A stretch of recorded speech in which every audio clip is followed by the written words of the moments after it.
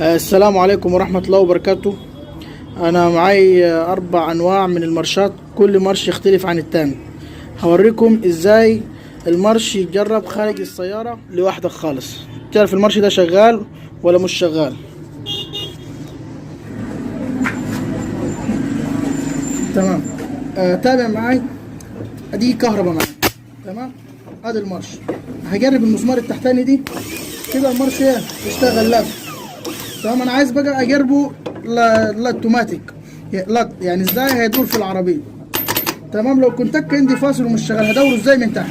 دي الكهرباء اللي بيبقى راكب في البطاريه، ودي اللط هقوم موصل ده كده مع بعض. تمام. ابص كده انا بدور كده، تابع كده الترس معاه كده كاني انا بدوره كده، انا شغال دواره كده. المارش ده 100 100. لو انت عايز تختبر مارش، لو راح تشتري مارش جديد هتجربه كده. ده اول مارش معاي 100 100. تمام.